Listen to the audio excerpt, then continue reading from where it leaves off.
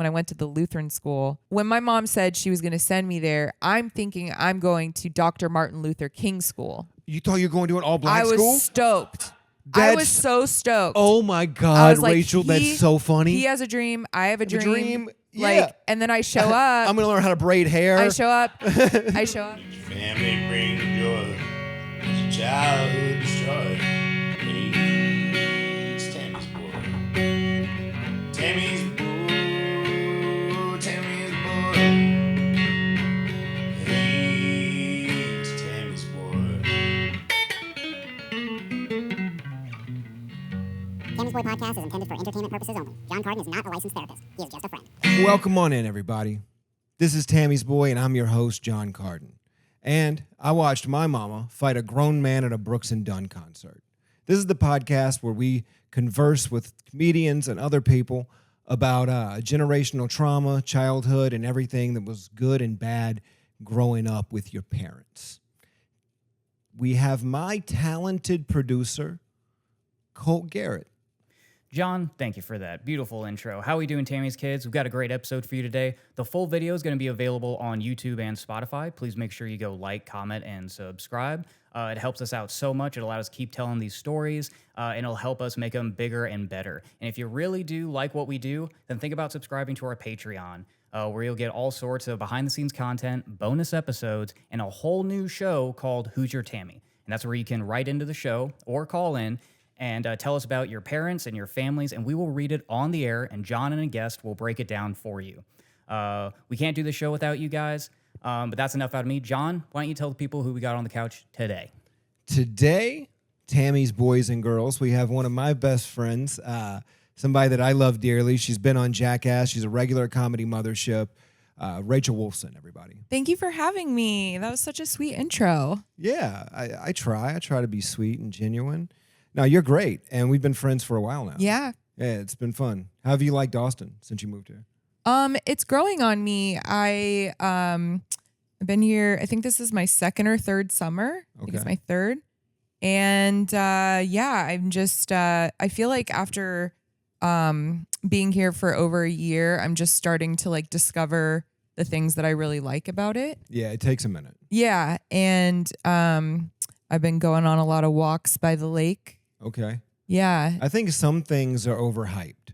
Like I think that the food for sure. The food is not that great. Well, I will say this. I was on Threads, that app, and I made a comment about how like Austin, like I implied something like how the Austin food scene, obviously aside from the Tex-Mex and the barbecue, is just kind of lacking, diversity. I guess. There's no good Persian food. Right. That's what I was saying in the comments. I'm like Greek, Mediterranean, and I know they have some places here, but the one that is really good is Abba's but great. It's so expensive. It's so expensive. But I will say the lamb ragu hummus. Oh, it's fire. Is one of the best things I've ever put in my mouth. But I want something that's like a hole in the wall, like they have in like LA or New York, where you can just get a plate for $20 or whatever. I mean, less. The best sushi in Austin is like mid-tier Seattle sushi. No, dude, I found good sushi. Yeah? So Uchi and Sushi by Scratch. Okay. They're expensive. All the good stuff is expensive. Yeah, I went to neighborhood sushi, and it was like... I heard that was okay. It was good. Yeah, you got to go to Uchi. You get the omakase. At neighborhood sushi, you feel like you're eating in a Disney Pixar movie. Oh, yeah. I don't know why. You go and you'll see. Sit at the bar. It's like really? Every dude that works there looks like they could also be a character in a Pixar movie. Oh, okay. I love that. You gotta check it out. I recently discovered a new Mexican restaurant that I'm obsessed with called Habanero. Okay. They're only open for breakfast and lunch. That's how you know that it's good. Yeah. Because they don't even need to have a dinner rush. I know. If the place closes at 2 or 3. Yeah. Yeah. You know great. it's good. Yeah. You know it's good. Yeah. I always wanted to open like a nocturnal cafe and have it open from like 8 p.m. to 8 a.m. Yeah. Well, they have a 24-hour coffee shop off Congress. Okay. Yeah. It's which is cool. I love a 24-hour I think situation. Austin's going back to that. I hope so, because the amount of like alcohol and bars and the lack of like late night quality dining like they have in New York and Vegas and LA is insane. You can get good food in Vegas at 4 o'clock in the morning. LA, New York as well, at any point, pretty much. Absolutely. You know? So topic of the show. We talk about parents. Yeah. Who raised you? Well, it's funny because you mentioned before in the other intro that you had to bail your mom out of jail. Yeah. And my mom puts people in jail. In jail. I know. It's a crazy juxtaposition between me and you. Yeah. Yeah. It's, I mean, yeah, I was raised by my parents who were still together. And when I was born, my mom, when she met my dad, was a TV news reporter in Vegas, Oh, wow. a local TV news reporter. And she would be reporting on court cases at the courthouse. And my dad would like see her in the hallway because he was a prosecutor. Okay. My mom originally started in radio. She moved to Vegas for a radio gig and then wow. ended up becoming a TV news reporter. And then when she met my dad and they got married, when they were dating, she went to law school. And then she got out, and then her and my dad opened up a law firm together, Wow. a criminal defense law firm. Wow. And then when I was 15, my mom ran for district court judge. And then my dad, he became a city councilman. And then my dad ran for district attorney, which is his current job.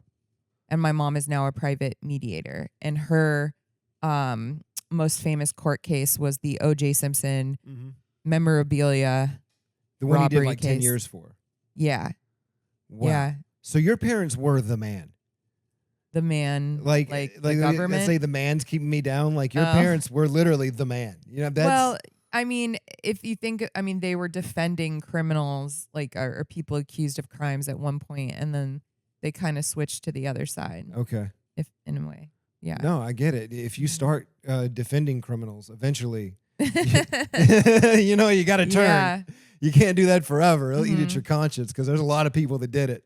Well, the thing that I liked about my mom, her becoming a judge, is she became a mental health court judge as well, and started the first mental health court in Las Vegas. So instead of people being sent to prison, she would have these people go and get evaluated by a doctor Wow. to see if they were competent enough to stand trial. Wow. And if they weren't, then they would go to like a mental facility, get put on medication or whatever they need. And then that was the opportunity for them to turn their life around. And Vegas didn't really have that because If anybody needs that, Yeah. it's Vegas. Yeah. Especially if you ever go to like, you know, actual Vegas. yeah, so that's what I really liked, you know, about her, because it wasn't just about like putting people in jail. It was about like the rehabilitation side of it, which I think is That's awesome. Would good you say thing. you have a lot of admiration for your mom? for both of them. Yeah.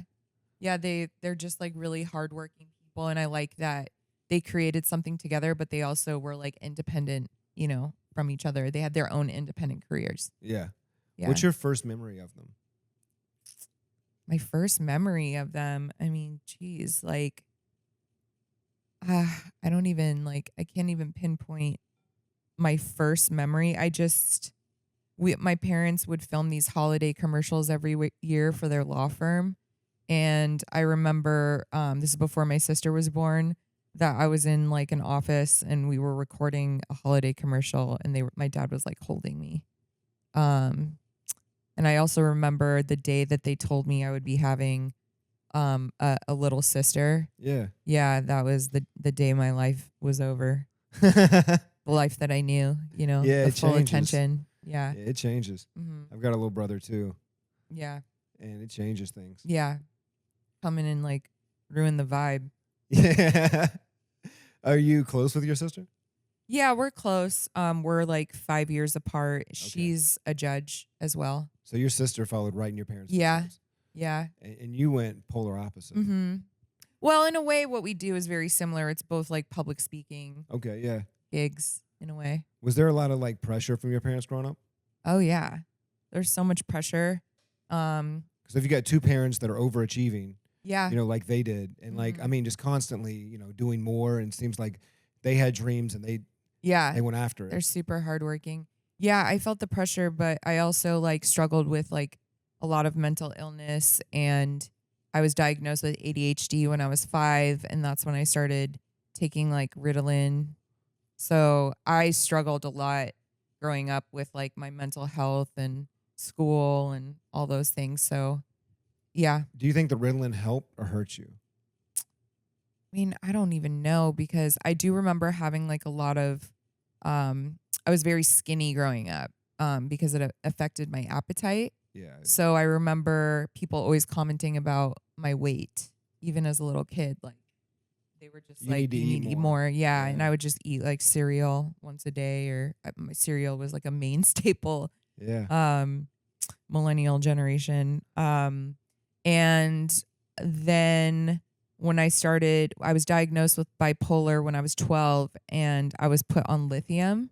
Oh, wow. Yeah. And As a 12-year-old? yeah. And I was hospitalized when I was 12 at a psychiatric hospital. Okay. And then I had a lot of health problems with the lithium. So I gained a lot of weight very quickly when I was 12, like 20 pounds. And my mom took me to Weight Watchers. So I was like the youngest person in Weight Watchers. And I developed like a thyroid condition. Yeah. Mhm. Wow. Yeah. Have you faced any like follow through with that? Like like as an adult, have you noticed like anything that the medication did that's long lasting? I don't think so. I think I'm like pretty lucky. I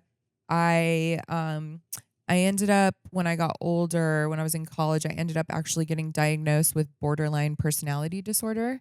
And I think a lot of people, I think women mainly, I don't know, anyone who's diagnosed bipolar, a lot of them realize they were misdiagnosed. Yeah. Or like you get diagnosed as bipolar so that the insurance covers the medication that you're on, because for some reason borderline isn't like, they don't cover medication or insurance doesn't cover that. So that's why a lot of people get diagnosed with bipolar so that they can have insurance. Absolutely. Yeah.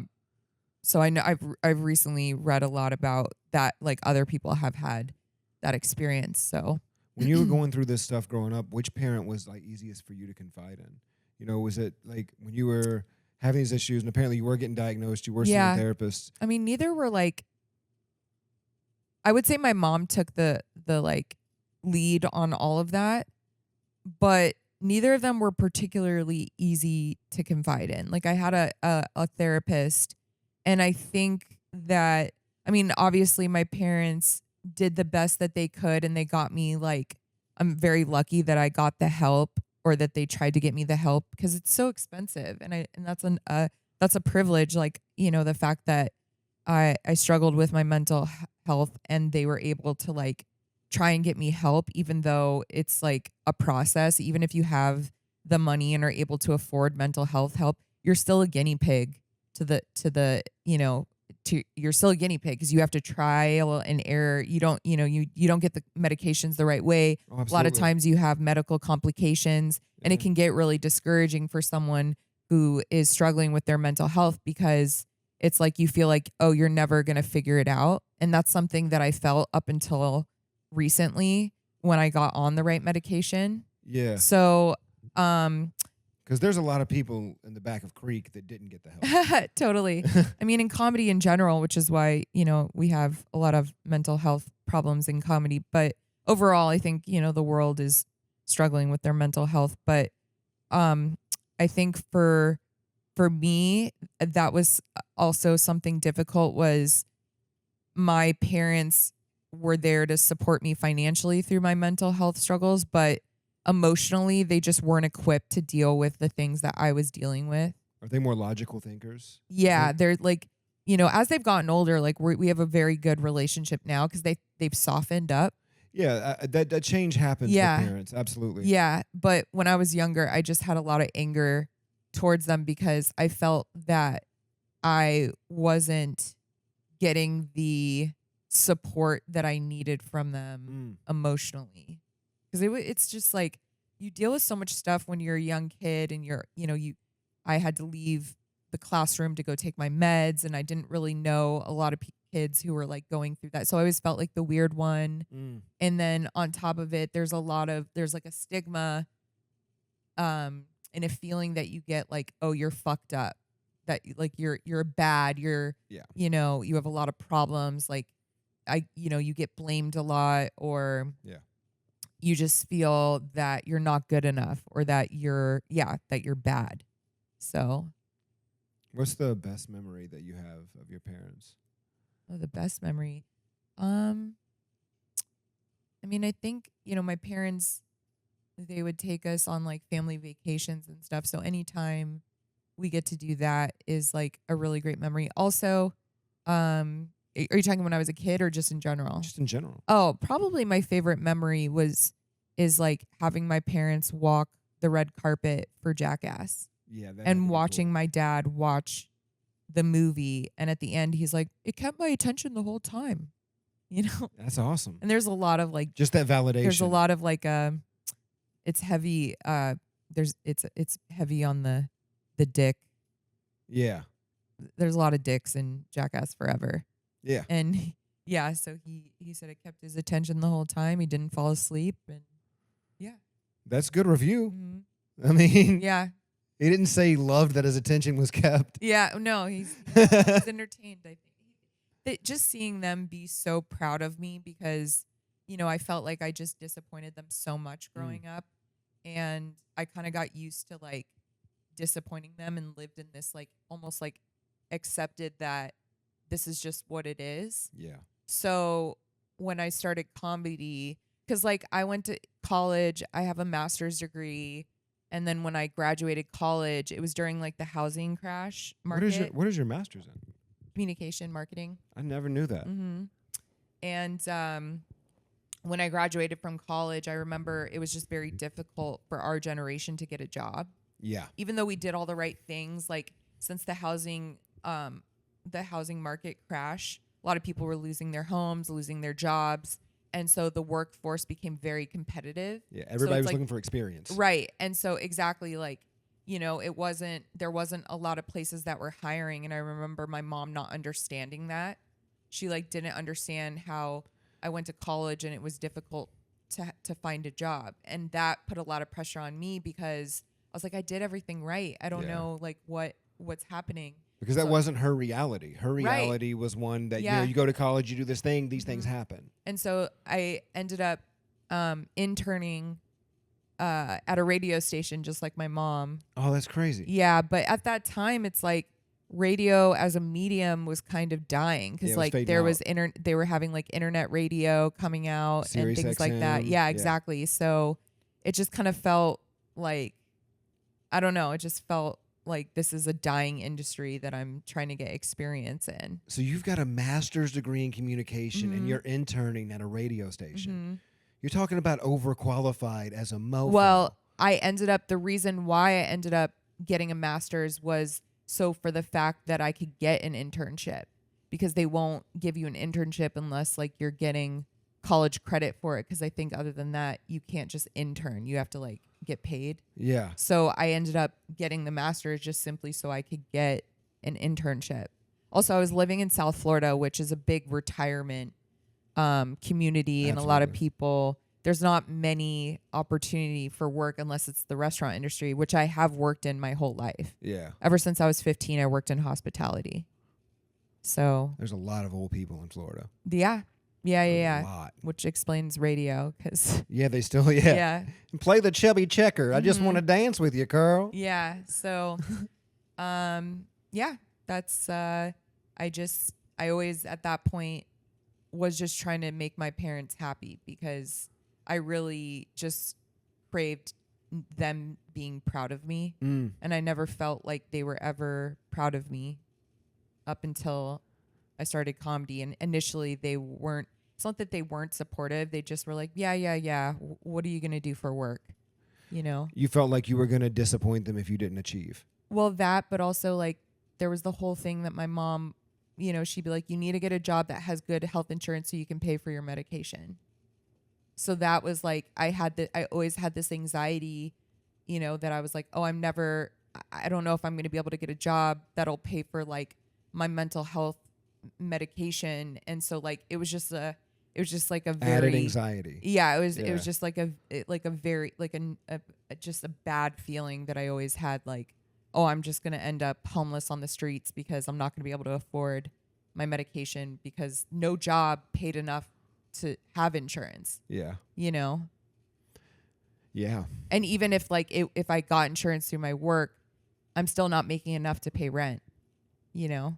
And that's why so many people join the military. Well, that was like something my dad had recommended at some point because I wasn't really good at like I didn't get good grades in high school. And my dad at one point he was like, "What about the military or what about beauty school?" Cosmetology. Mm-hmm. Yeah. You surpassed that. Well, when I was 17, my parents did send me to a troubled youth program in Utah, so that's where I technically got my my high school diploma from. I didn't know that. Yeah. So, yeah, my parents took me out of school my senior year and drove me to Utah where I was in one of those like therapeutic lockdowns that, So I was in one too. I don't know. which one? I was in Eckerd Youth Alternatives in North Carolina, and we lived in the mountains. It was called Camp Emantali. Yeah. It was for basically at-risk teen boys that were either in juvenile detention. This was offered as an option Yeah. to get out of juvenile detention. Yeah. It was a state-run program. They used the curriculum of like Boy Scouts of America Yeah. a lot, and it got crazy. Was that your senior year? No, so I went my freshman year. Oh, okay. My dad died when I was 14, Uh-huh. and then 8 months later, I'm in that camp. Yeah. Were you in a wilderness program at all, or is it Yeah. a combination? It was a wilderness program, Yeah. but it was also like a therapeutic wilderness program where you had Yeah. to like learn to take responsibility for your Yeah. actions. And Yeah. it really like I'm glad I went through it when I did. I Yeah. went through a lot of shit there because I got targeted as gay there. Yeah. And I mean, I looked down one time. Yeah. One time is all it takes. You stare at meat one time, and you're gay for a year. Yeah. Okay, so I got into a lot of fights and a lot of trouble at that camp. And it wasn't really me, it was just everyone else that was, you know, a teenage boy. They're extremely homophobic. Yeah. The gang culture is real. So you've Yeah. got these people join in here and sex and, you know, packs forming. And so it was definitely, it's tough for me to navigate because I was an isolated kid on a farm raised by 2 drug addicts. Right. You know, I didn't really have a lot of interpersonal communication skills. And then I'm thrust into like the Super Bowl of interpersonal communication. And you're You're dealing in survival mode. with absolutely all the time. Yeah. And it was tough for me. But I did learn a lot from it. And I'm thankful for what I did because it allowed me to see through a lot of what my mom and my stepdad did. Yeah. You know, like I remember even for the intro meeting, we had to go in and they asked my stepdad and they asked him, they were like, what kind of problems are we going to face with John? And he goes, he's a chronic masturbator. Literally what he said. That's so funny. And I just looked at him like, how would you know? And it silenced the room. Right. And it's because he had taken the doorknobs off my door. Yeah. So he could catch me masturbating. And like I remember like looking up mid-stroke and like seeing that eye through the window. And it still Yeah. it did things to me. You know what I mean? Like Of course. that's some trauma that I had to work through. Yeah. But yeah, and so I remember that, and then going into the camp, and there's just it's a petri dish of childhood trauma. Oh yeah. It's literally just 8 different kids together with a different form, a different strain Yeah. of childhood trauma, and you got 2 or 3 counselors that are fresh out of college that have social Oh, work absolutely. degrees, and they're trying to figure this out for you. Yeah. It's crazy. Yeah. Similar experience. My school was in Utah. All the mentors, that's what we call them, were like very young, not much older than me. Because I got sent when I was 17 and I turned 18 in Utah. And when you turn 18 in Utah and you're at one of these schools, you basically have to sign your rights away. And so when you turn 18, the school will be like, listen, and if you haven't finished your program, they're like, they actually have to put you in a separate house because 18-year-olds can't live with like underage kids, or there's some rule. So they basically are like, if you don't sign your rights away and complete the program, then we're going to kick you out. You're going to be homeless and we're going to tell your parents not to come get you. And the whole like town knows not to like take you in or Yeah. whatever. So Was this privately ran? Or was it, do you know, or was it oh, publicly no, funded? it was private, but I'm pretty sure we had kids that were like court ordered there. Yeah. So like when I was 17, they had girls as young as 13. And like you said, it was just, you know, a mixture of so much childhood trauma, drug addiction, Yeah. abuse, sexual abuse, physical abuse, emotional abuse. You know, and at that point, I don't even think I had like smoked weed yet. I've never really drank. And I was in there with girls who just had the most horrifying childhoods.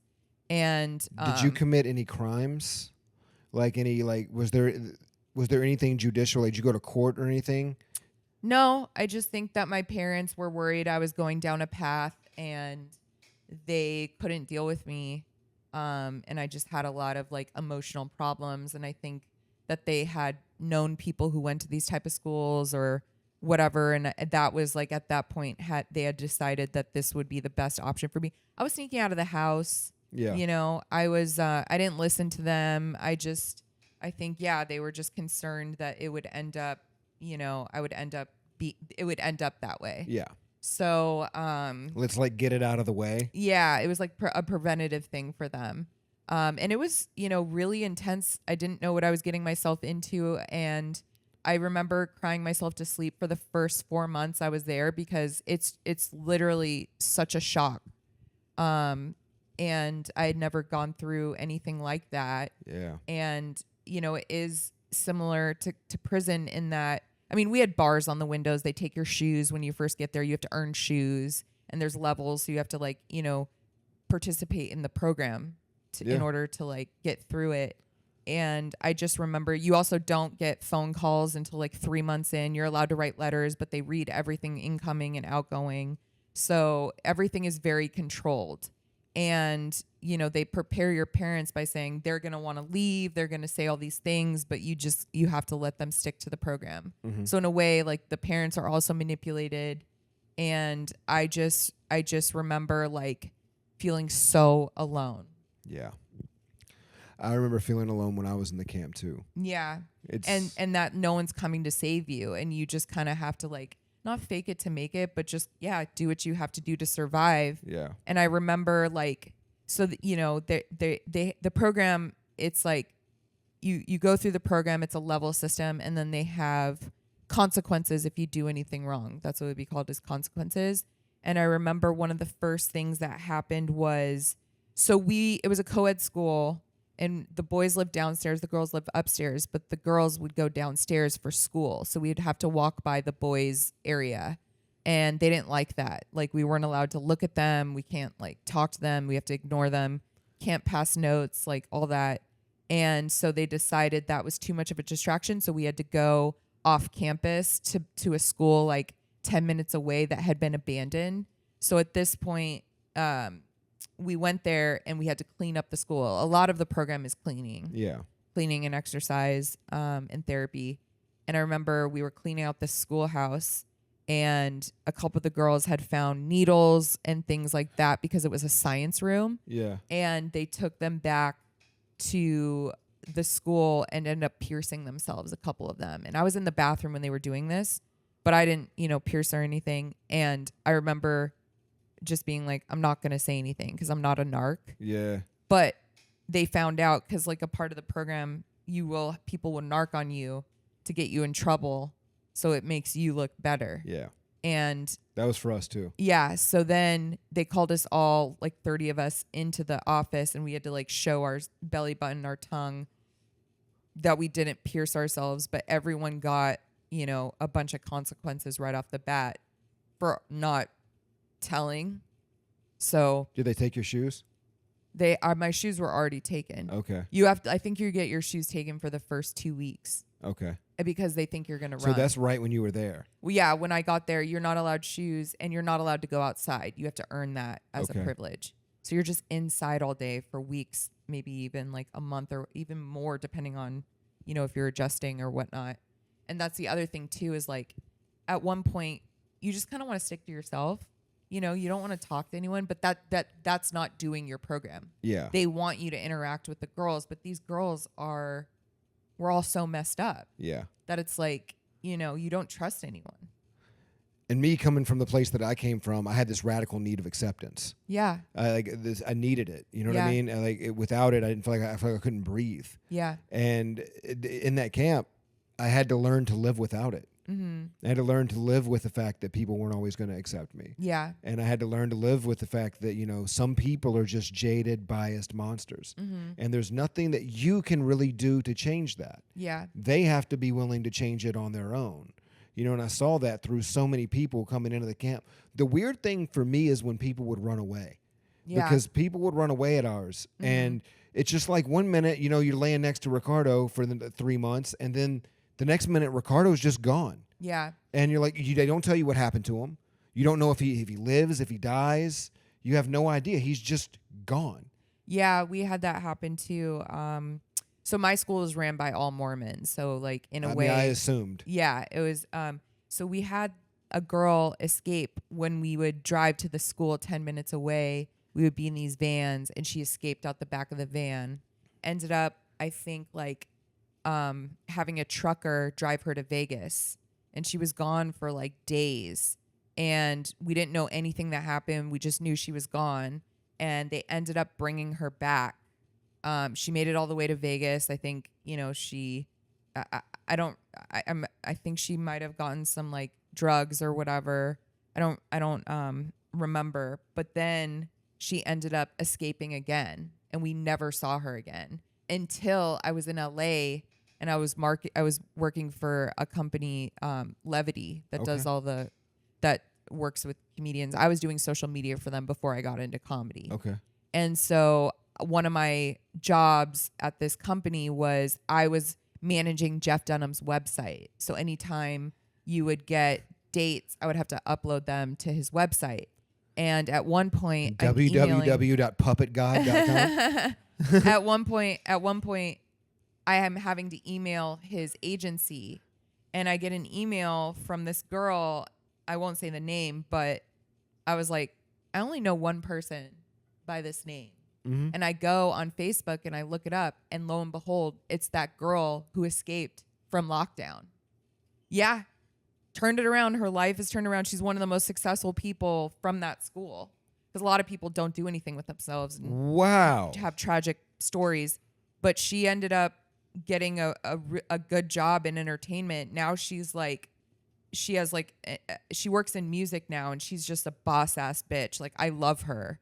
And we reconnected, and we've stayed friends over the years, but we both share this really traumatizing experience that we both went through. And I just, that it's so crazy to me that we both end up in LA and that we both end up working together, basically. Did she escape? Like, did she make it?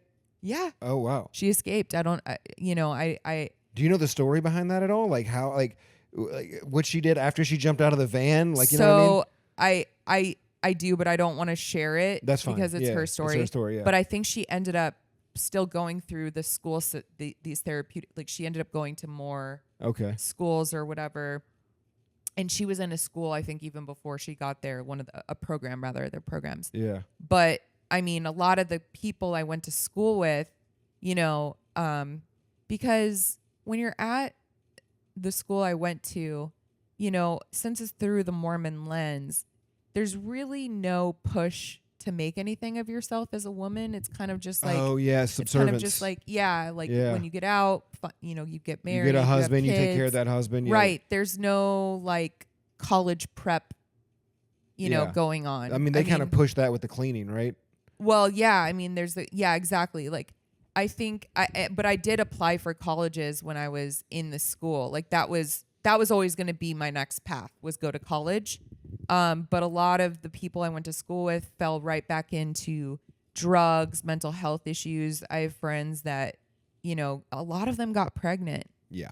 A lot of them have got pregnant, multiple kids. Well, a lot of them looking for love, Well, exactly. A lot of them so there was love. it wasn't, there wasn't a lot of teaching of self-validation, self-love. It was very much, indoctrination through the Mormon religion. And yeah, so the fact that, and I have a couple friends from there who turn their life around, are just incredible people. But then I've had a lot of people that I knew there ended up passing away, from various reasons. Yeah. And I was so much younger when I went through it. I literally know no one that I went to the camp with.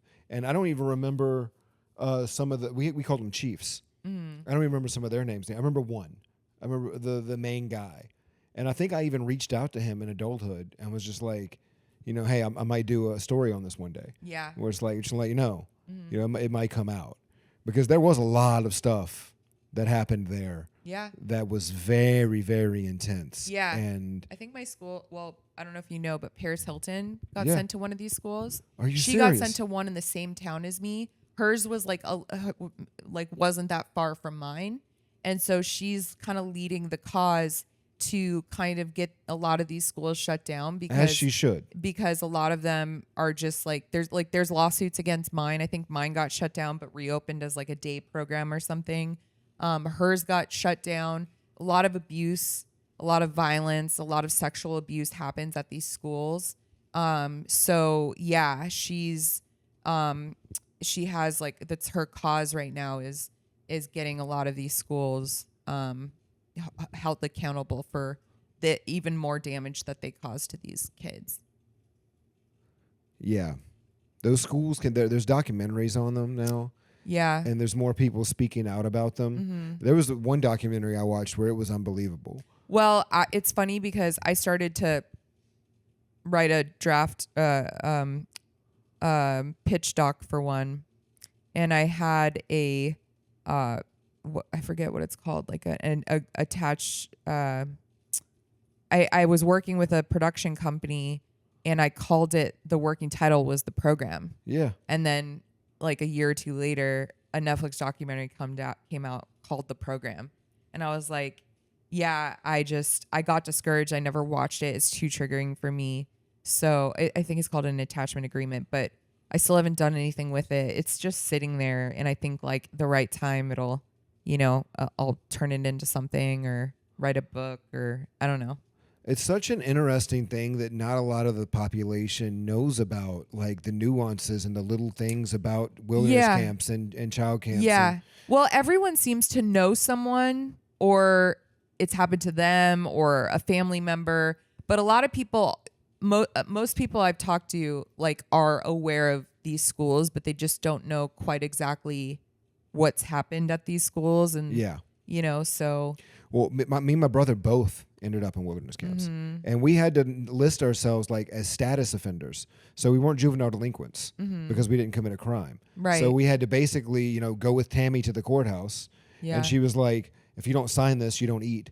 And so we had to sign it. And so we signed the thing. And that's when they sent us to the camp. That's kind of like what we had to sign, basically to keep us in the program until, when we turned 18. So it was like, they just kind of manipulate you that if you don't do this, you're going to end up homeless or on the streets. Yeah, it was the same thing. It was a lot of I wouldn't say guilt per se. It was more like shame. Yeah. Where it's like you're going to bring shame to yourself and your future if you don't complete this program and become a better person. Yeah. I mean, I just remember getting there and I had no idea what to expect. I think I showed up in a Juicy Couture sweatsuit with my Uggs. I bet every so chick millennial. hated you. Oh, they did. And I was just like Elle Woods showing up to Harvard.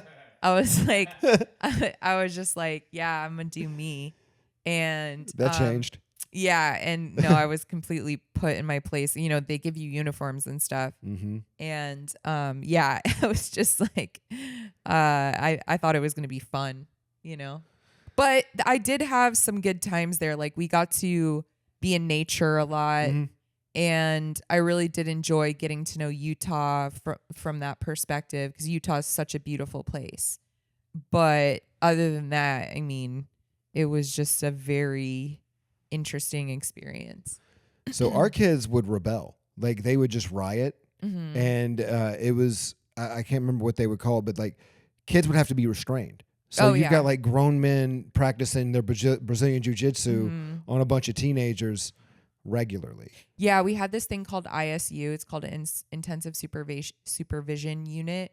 And that's where if you get out of hand, they will tranquilize you and put you in a tiny ass. It's a closet, and they take your bra so you don't hang yourself.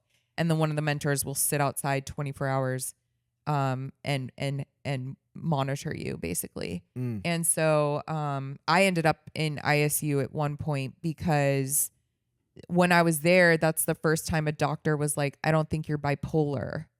I think that you have either depression or something else. So they were like, we're going to take you off your meds and see what happens. And so when I was coming off my meds, I had an episode.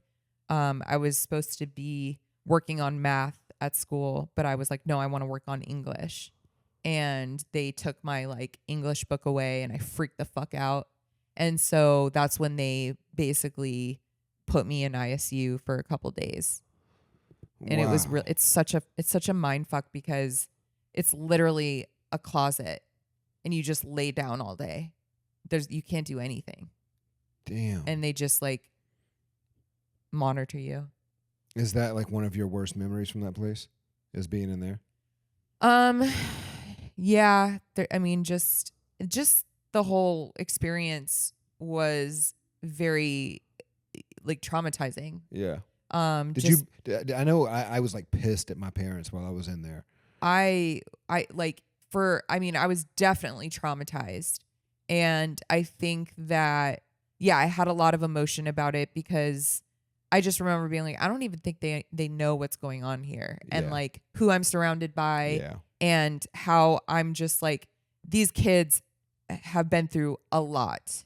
And I had been through my own thing with my mental health and just like the emotional stuff that I went through with my parents and like the feeling of, abandonment and neglect because of, they just struggled with being there for me emotionally. And so, I really struggled with the idea of, I felt even more abandoned and neglected and rejected because it's like, oh, I'm the bad kid. Yeah. And they just didn't want me. Yeah. So, yeah, I mean, that was one memory. I had nightmares for years after leaving that place. Like I just had nightmares where people were dragging me by my feet to come back in the school. Like, and I'm like clawing the ground, trying to exit out the front door. So, just really traumatizing stuff. Yeah. Mm-hmm. We had to go on like a river trip. Yeah. For 21 days, and we made it, I think 9 days, maybe 8 days before the kids just completely went Lord of the Flies. They were stealing canoes, going down the river, breaking into people's houses. There was one kid stripped butt naked. Yeah. And put his foot up on the front of the canoe, and he looked like George Washington crossing the Potomac. It was actually kind of majestic. You know what I mean? And I'm standing there next to the Chiefs, and the Chiefs are like, what are we going to do? And it was like, well, the first thing we got to do is get that kid clothed. You know what I mean? I think that's number one, because you're like, that's a wall. That's literally a floating sex offender registry right there. Of course. And they ended up taking over, and we had to go for help. We had to go with a chief in a canoe and go down 2 miles down the river, find a bank that we could climb. And the one that we could climb was not the bank that she could climb, because she was like a bigger lady and she had no business being there, by the way. It was one of those things. She changed jobs after this and ended up being like the camp mom, like cooking and stuff like that. And because she could not hack it out there with us, with the wildlings. So my school was my school is where you end up after a wilderness program. Okay. And a lot of these wilderness programs are, have been sued or shut down for child abuse, because when you're in Utah, I mean, I'm sure anywhere, they would have these kids marching and hiking in snow, and so we had a couple girls end up leaving the wilderness program early because they had frostbite or they got giardia from drinking dirty water. Because they just don't provide you, you're sleeping outside, you're sleeping in tarps, it's just not, it's abusive. Yeah. It's horrible what they would put these kids through. So I just remember there was this girl also who had acid reflux. And I remember, and this is one of the most fucked up things, but we would be sitting in class and she would be throwing up in a cup. And there would be just we all just had to sit around and they just wouldn't help her. And and there was also this thing where after you eat, you're not allowed to go to the bathroom for an hour after you eat for the girls that had eating disorders. So we would all have to participate in this thing, even though like some of us didn't struggle with eating disorders.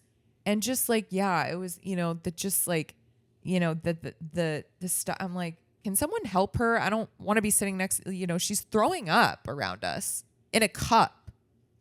And you guys don't think this is weird? Like, they put the team in bulimia. Yeah. Like, it's just, it's so crazy. But yeah, I as much as like that was just such a wild part of my childhood, it made me who I am, and I wouldn't take it back because, it's like, it just is something I went through. And I wouldn't either. I wouldn't take it back either. And there's aspects of it that I wish I could have not lived through. Right. But as far as the overall experience, it's like it was a tough thing that I had to get through. And for me, my home life, because we had to go home, I think, every 6 to 8 weeks, just because that's part of the rehabilitation for the program is to work you back into your home environment. Right. And then once you've been there like a year, they move you to like a classroom group. And so you start going like back to school and that kind of stuff. And they have like their classroom there and a teacher there. So like get you used to going back to school so that when you got out, you could do that. If not, you've got this weird life you've been living out in the woods. Well, that's what happened to me. That's what happened to all of us because, there was really none of that. And that's why I think a lot of the kids, when they got out, they just like didn't know what to do. Like, I remember I got out and I was like, there were just certain things. Like, I remember asking my parents if I could go to the bathroom and just like not, there was a month that I was at home before I went to college. And so, and I went to, a college in a very liberal state I went to Vermont called Vermont. Some people have never heard of Vermont. Called Vermont? Called Vermont. So I went from Utah to Vermont, and that was like a shock in itself because it's two different ends of the spectrum. Oh, it's crazy. Yeah. And so everything I did, I second guessed myself, and like, and that's, when you're that age, it's all about building confidence so that you can make the right choices. And like, I just had none of that. And so, well, you probably had so many different streams of consciousness, well, where like you learn this from your parents and then they tell you this at the school. And so you got all this doubt that's building inside you as to like, what's right. Yeah. And I just, I just had such low self-esteem still and, lack of confidence. And so I just, it didn't really prepare me for the next phase of my life. But, I figured it out, and I just think that, it built character, and I'm very fortunate that for the most part it worked out for me, know, but that's not common. No, it's not. I can't imagine. I haven't looked, but if I could remember some of the names, I guarantee you a lot of them are in jail. I bet you there's a Facebook group, because mine has a Facebook group, and I'm a part of it, but I have to mute it because the stories are just so traumatic from the school, and I just, it just makes me so sad. So I just, I don't really look at the comments and stuff. Yeah. We had one kid, and he was talking about how him and his dad had sexual encounters together with women and stuff like that. And he said that openly. And then the next day, 3 social workers from the state of North Carolina pull up, and they're asking him deep questions about this. Yeah. And it comes out he's just lying. Oh, no. Just 100% lying about it to seem cool to everybody. But then he's got to come back to the camp and the group with everybody knowing that you just lied about this. Yeah. You know what I mean? We know you and your dad didn't do anything. Now we all know you're a virgin. Yeah. It'd be better if you lied about 9/11. Way better. As a teenage boy? Yeah. It'd be way better. I see what you did there. Yeah. Maybe we'll. I have a question. So what's the difference between like the schools that you guys are talking about and like military schools? Because I've always been really confused on. So my camp was set up like the foundation was of the Boy Scouts of America. And that was a big part of the foundation of my camp. And they wanted boys to learn like survival skills, how to live off the land. We built our own tents. Like they were built out of like pine logs. We would strip them, bleach them, and then they would give us tarp, and we put tarps around them and on the top. And so we learned building skills and that kind of stuff. Very primitive building skills, but building skills. And the military camps are extremely regimented. You know, it's up at 6 a.m. You're working out until 6:45. You're at your first class at 7, or breakfast at 7 o'clock. First class 7:30. It's like everything is just boom, boom, boom, boom, boom, boom, boom. For us, it was like, okay, you have your morning chat, your morning powwow. It's more therapeutic, I think. Yeah, I think there's more like in military school. I don't know if they have like therapy or anything like that. I mean, the military doesn't even have therapy, so I don't know why. Barely. Like, and I think like the military teaches you obedience and discipline and routine and things like that. Whereas like the school that I went to was more about therapy and, I mean, it had the discipline aspect, it had all that, but also like processing, there's process groups, like, you know, it was, I don't know. I think it just has a little bit more less focus on I mean we had a schedule. We had to be up at a certain time. Yeah, we did too. A lot of schedule, cleaning. I mean, it's similar. I think more I think just with the therapeutic, it has that therapeutic element to it versus you know, the military style. That's probably prepping you to go into And we didn't have military. a uniform. Ours was just ours was just like Goodwill clothes. You know, my mom took me to Goodwill before we went, and I had a shopping spree for $7.93, and that's what I wore at that camp. Yeah. I had like a pair of purple camo pants. Oh, nice. That I got roasted for every day. So funny. Every day. They're just jealous. Every day, dude. Like we're trying to blend in with Barney. Yeah.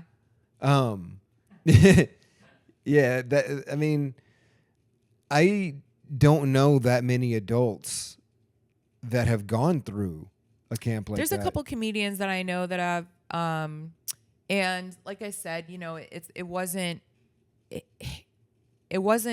that common, but I also think like we were at kind of the beginning of that. I think there, you know, it was, those kind of things had been going on for a little bit, but I think after us is when it became super popular to send your kids to these things. And I like I said, the more people I like talk to about it, the more that they like know someone who went through something like that, or like, you know, they're familiar with it, but they don't really know the details inside of a school like this. Yeah. The details are everything. I mean, there was sexual abuse in that camp. There was physical abuse. There was, I mean, I don't know if it was by way of the chiefs, but I know other counselors would mess with other counselors, or excuse me, other campers would mess with other campers. And, I mean, that happened really badly once. Yeah. Where like they both got escorted out of the camp. And, you know, the kid, I felt he was a small kid. And it was like they put 11-year-old, 12-year-olds in there with 17-year-olds. Yeah. It's like, what do you think's going to happen if you've got a 17-year-old that's big, you know, way bigger than this kid, is exploring, you know, questioning his own sexuality, coming from God knows what sexual abuse. You know, there's no telling what this kid went through growing up. And then you got to put him in the same tent as someone that is physically inferior and cannot defend himself from them. It is absolutely asinine. Yeah. Yeah, I think one of the scariest things about that situation is, you know, there's always like your parents can drop you off, but then you'll have an option the parents can pay for where two big dudes will come into your bedroom at night and kidnap you basically and escort you to the school. Like I've heard stories that parents would like lie to their kid and say they're going skiing and then drop them off at that school. Or like I said, they won't tell that you won't have any idea and you get taken in the middle of the night from your bed and brought to the school. And did your parents like present this to you? Like, this is what we're doing? Or did they present it as an option? I knew that was like, I was going to be going to this place and like they were going to drive me there, but I didn't know what to expect. Like I didn't know what this was, you know? And I think that, yeah, it just I really felt for the kids that got taken in the middle of the night because that is so traumatizing. That is fucking scary as an adult. Yeah. Like, could you imagine somebody Yeah. like throwing a blindfold around you, throwing you in the back of a van, like, here, you got to rehabilitate. Yeah. Yeah, now I've got extra shit to rehabilitate from. Thanks. So when did those kids that happened to, when did they like figure out that it was like a setup? Like, I mean, probably when they got there and they realized that this is like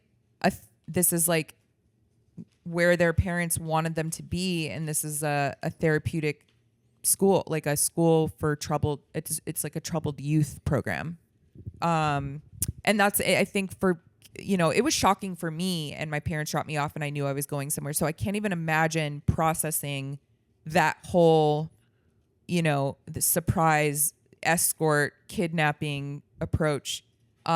Obviously, you know, when you go through something like that, you know that, like, you know, you've been struggling for, you know, like you've been struggling as a kid for a while. But for those people who get like escorted, you know, that's horrifying to me. I couldn't even imagine. When you told your parents about all this after you left and after you're out of the camp, right? Were they remorseful at all? Like, were they Initially, they just, like, I don't think they understood fully what I had gone through. Yeah. So I don't think they like had any Perspective, and I don't think they had any regrets. Okay. Until later, I was able to like tell them more about what I had gone through. Yeah, you communicated and it. I think that they saw that, like, I really did end up being a good kid, and then I was telling them about the kids that I went to school with and like the problems that they had. And I think there was like an element of like, yeah, you probably didn't need to be there. But at the time, there was really no other option for me. Like, I don't know what would have happened to me if they didn't take me out of the situation. Because, like, you know, my schooling growing up was like, you know, all over the place. Like, pre-K through 8th grade, I went to Hebrew school. I'm not religious, but like my parents sent me to a Jewish school. So pre-K through 8th grade, that was like, and there was a lot of non-Jews there. Like, there was like, it was pretty even. It was just like a school in the neighborhood that, you know, it was a good private school. It was a decent private school. Yeah. And like I said, it wasn't overly religious. Like, it was, you know, we'd have a lot of Christian and Catholic and, you know, a diverse group of kids who went there. And then my freshman year, because there was no Jewish high school, and my freshman year, I got sent to Catholic school. They just sent them to the bank? Sorry. Yeah. Yeah. We all just became bankers and jewelers and lawyers. Immediately when we graduate 8th grade, you have a law degree. But yeah, freshman year I went to Catholic school, and that was shocking. Because a lot of those kids, they went through the Catholic going schools. from Jewish to Catholic school, yeah. Well, also, it's a different all brand these of shame. kids grew up together, so I was like the new girl, and it was really hard to kind of make friends because I'm also like different. You're you also know? speaking Hebrew. Yeah, well, I never. L'chaim. Yeah, I never like became fluent. I also learned Spanish growing up, but we had so many Spanish teachers, they would all quit. I remember like one of the first pranks we ever played on a teacher was, at one point we all agreed that we would pretend we had a lisp. That's so hilarious. The Spanish teacher would come in and we'd all just have lisps, and she didn't know what the fuck was going on. Hi, Myth Rodriguez. Yeah, literally. Feel happy to see you. I can't wait for Spanish class. And, Spanish. that was like one of the first pranks, like, you know, I had participated in. And then, yeah, I was Catholic school for a year. It was just too much for me. So my mom took me out of that school, and I ended up going to Lutheran school for sophomore, junior, and right up until I got sent to Utah for my senior year. So you went to a different form of religious school your whole life. Oh, yeah. That's I know. confusing. Yeah, no, it's especially in Vegas. I'm in the city of sin, so Yeah. it was very confusing. Absolutely. Yeah, I couldn't Yeah. imagine. I struggled with my religion growing up, like, because my parents were both Protestant and they both pushed it, you know, constantly. Yeah. So there was one point where I was just like taking myself to church, and they were just staying at home, and really it was just like an excuse for me to do something social because I was so Right. isolated on a farm. on a tobacco farm in the middle of nowhere. Yeah. Uh, I didn't even know the Bible had a sequel till I was 15 years old. that's hilarious. So I was like, oh, you guys have just been hiding this book for me. And like, a new superhero. They Yeah. unveil a Yeah. new superhero in that one. I was like, wow. This one heals and walks on water. Yeah. I was like, who is this guy? Might be an alcoholic. Yeah. But also I love that he has prostitutes Yeah. as friends. He rolled with the hose, dude. Yeah. And then I think when I was 15, when I got sent to Catholic school, that's when I first kind of leaned towards atheism. Yeah. Because I felt like, oh, the whole thing just didn't make sense to me. And Well, I Vermont learned is like the mecca of atheism. well, no. This was all in Vegas. Oh, okay. Vegas okay, didn't. Vegas was until I was 17. So this And is when I was 15. Then you went to the camp, and then yeah, then to and then Vermont. yeah. Okay. So I ended up. I didn't go to Vermont till I was like 18 years Okay. old or close to 19. So when I got to the Catholic school, that's when I learned the concept of faith. Because like Okay. that's not a thing to Jews. Faith is not a concept. Yeah. Like believing in something, just like having faith. Blind Right. faith. Yeah. So that also just didn't make sense to me because also I come from parents that are lawyers and it's all about evidence and it's all Facts. about, exactly. So like I just was like, I feel like I'm being lied to, Yeah. or I've been lied to. So, but as I've gotten older, I'm not like, I'm not even like I would consider myself spiritual. I'm more coming from a place of like, I just don't know. We just don't know. Absolutely. And so for me to be so sure about something, that doesn't sit right with me either. I'm more just like, I'm open, it is what it is. And that's how I feel. I feel the exact same way. Mm-hmm. Where it's like I'm not going to pretend that I have the competency to understand the miracle of life, and it's just so beyond my understanding. Where we Yeah. came from, our origin, whether it was a deity that pushed us here or whether put us here, we came from, biological means through Yeah. evolution. I'm not going to pretend like I'm smart enough to understand it, even if I knew. Yeah. And I think also that was something I observed as well, is just how judgmental religion can be. Very much And so. how Yes. hypocritical in a way, because, it just didn't make sense to me. Because it also feels like we're all on different teams, but at the same way, it's like God loves everyone and this and that. And then like the Jews are the chosen people, but that just seems crazy as well. Because it's like all because a book said that. Like why, if we're chosen, then why does everyone hate us so much? And it's like, or like, I don't know. Nothing ever sat right with me. And after seeing, how a lot of the world, the wars and like the, is all, religiously based. Yeah. A lot of people, don't get along Yeah. because of the differences in religion. So it's like, to me, it's all about just bonding over being a human, whatever that is. Not to make this topical or anything, but like it's one of the reasons that Russia invaded Ukraine. Was Yeah. that Ukraine left the Russian church, Right. and they were accepted by the Italian Catholic Church. Yeah. And so, I mean, even just like with the Christians and the Catholics and like, what's funny is when I went to the Lutheran school, so when I went to the Lutheran school, when my mom said she was going to send me there, I'm thinking I'm going to Dr. Martin Luther King school. you thought you were going to an all-black I was school? stoked. I was so stoked. Oh my I God, was like, Rachel, that's so funny. He has a dream. I have a The dream. yeah. Like, and then I show up. I'm going to learn how to braid hair. I show up and it's all white people. Yeah, Like, with no makeup it's on. like just like hot blonde hair, blue-eyed girls. And then I had to do religion class, and that's when I'm learning about Martin Luther. And I was like, oh, it's a white guy who actually with a bowl cut. I think he wrote a book like called "What's the Problem with Jews?" Like, and like If you're coming from Hebrew school, and like our mascot was the Crusaders, who killed a bunch of Jewish people. And so like I played basketball and I would like be wearing the Crusaders jersey, and like the whole thing was just like, this is insane now looking back. But yeah, I remember just being like, and then also that's when like I was a at black that person school, having to play for a team called the Cotton Pickers. Yeah. It's messed up. oh no. And then like, I remember I would go to biology class there, but they also taught that the dinosaurs came over on Noah's Ark, which does not make sense at all, Wait. And so the dinosaurs came over on Noah's Ark? Yep. Noah brought over the dinosaurs on the same boat as the puppies and the kitties and the chickens and the zebras. Triceratops. I need you to go stand next to that lion. Yeah. They would, exactly. And I'm just thinking of it like a carnival cruise. Like, and there's different like levels of like the Titanic. So you have like, the like loser animals on the bottom floor. And then you have like, the more rare and beautiful animals in first class, and just like the buffet at the, like, I mean, have you seen the Poop Cruise on Netflix about that? I haven't watched the doc yet. Oh my God, it's insane. Like, that's how I picture, the ark. Just like, so I just remember things like that where I'm like, this is just a made up, like, we're just making shit up at this point, but that's the thing. It's like all about faith.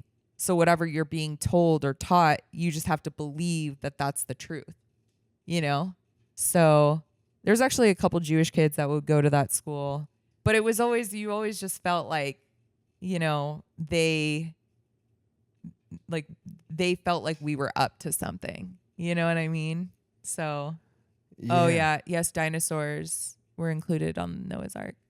The Bible states Noah was instructed to bring 2 of every kind of land-dwelling animal into the ark, and since dinosaurs are generally considered to be land animals, they would have been among them. Mm-hmm. This interpretation often suggests that Noah brought juvenile dinosaurs or representatives of different dinosaur kinds rather than every single species. Mm-hmm. Is that why we have alligators? Maybe. You may have found it. Yeah. You may have found it. Yeah, so that's like kind of insane in a way. Yeah. So I mean, people believe in Samson and Delilah, like that. It's a story in the Bible, and it's like you're just talking about a guy that did steroids, like the first dude that did steroids. Yeah. Samson is when the hair gets cut. Yeah, the hair gets cut. Yeah, I always related to that because I was like, I feel like without my hair, I have no power. I don't feel that way. Well, you can't relate, but yeah. So I mean, and the Bible is just so horrifying to read as a kid. Oh. I mean, it's just like the stories are all so dark. When my mom met my second stepdad, my first punishment, I told a lie, and it wasn't even like an intentional lie. My dad had told me that he was going to compete in a tough man competition, and he got food poisoning from some meatloaf that my mom cooked. Mm-hmm. Okay, and I went and told some people about it that I guess my stepdad knew, and it ended up getting back to them, and I got in trouble for lying. Okay, because I told a lie. Thou shalt not lie. They made me copy at 9 years old the entire book of Matthew. Yeah. I had to copy the entire Bible. And then each punishment just kept getting added to that and getting added to that. And then as time progressed, the punishments just started changing and getting worse and worse and worse and worse until it turned into what it eventually became, which was torture and abuse. Yeah. But people can use religion as a foothold for control. For control and abuse. And before we wrap this up, one of my favorite examples is the King James Version of the Bible. Because one of the things it says in the King James Version, one of Christ's parables, it says, it's harder for a rich man to enter the kingdom of heaven than it is to thread the camel through the eye of a needle.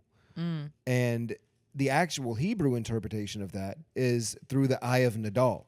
Now, the eye of Nadal was a gate that I think went into either Jerusalem or Nazareth, but I'm not completely sure. But basically, the gate was about 6 foot tall and about 4 feet wide. Mm-hmm. And you could get a camel through it. Yeah. But you had to give.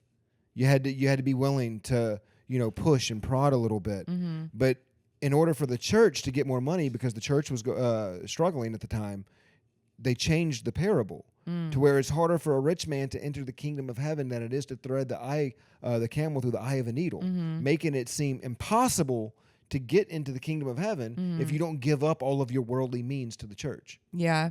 Even in the Bible, Jews were living in gated communities. So, yeah. All right, okay. I love that. The way we always wrap this up, buddy, is if you have one piece of parenting advice just based on your own childhood and the things you went through with your parents, what piece of advice would you give to the parents out there? Well, I've been watching one of my housemates from Jackass. Chris Pontius and his wife, to me, are such an inspiration as parents because they have a son named Axe who's so adorable. And when we were shooting the movie in 2019, he was on set as a baby. So I've seen him grow up. I think he's like 5 now or so. And he is just the sweetest, most well-adjusted, isn't afraid to talk to like adults, just always happy. And what I love about their parenting is they just make every day an adventure. I love that. You know, they make it fun, like a big kid's world. And I mean, obviously that's like, you know, that's not possible for everyone to do that but they just, their world revolves around him. And I just love, like, that's something, you know, when people have kids, a lot of times they just think they'll have kids and like, that's it. You just have to have the kids and, you know, whatever. They raise but themselves. But it's like, exactly, you know, they're just so, you know, it's all about making it fun. Yeah. And I think Make it fun. that and I love that he's not afraid to be around adults and kids, and he's just so well adjusted. And I just really respect them and look up to them because it's like they really are like, you know, raising this kid. And it's not even like helicopter parenting or anything like that, but they just really enjoy spending time with him and making his life fun. That's awesome. So I guess, you know, just really, you know, like make it fun. Make it You fun. know? I love that. It's great advice. All right. This has been one hell of an episode. Yeah. I didn't think that me and you were going to get into the wilderness camp thing like that. And that was pretty much the episode was us talking about that. It was great. Well, it also just goes to show you, like, you and I come from different backgrounds, almost on the opposite end of the spectrum, Absolutely. but yet we went through something so similar. And we relate. We relate Yeah. a lot. And like, I relate to struggles outside of my own because just of like what mine was. I had so many different brands of abuse, so many different stepdads, so many different, you know, revolving doors of shit that somebody could be like, oh, I had a parent that was extremely strict. Well, I did too for a little bit. You know, for a little bit, I had a stepdad that was evangelical Christian and like super Bible thumping. Then for a little bit, I had a stepdad that, you know, drank to NASCAR. And so it's like, for me, it was a revolving door. Right. And I find an ability to relate to, you know, all different forms of childhood trauma, and just not even childhood trauma, but childhood experience.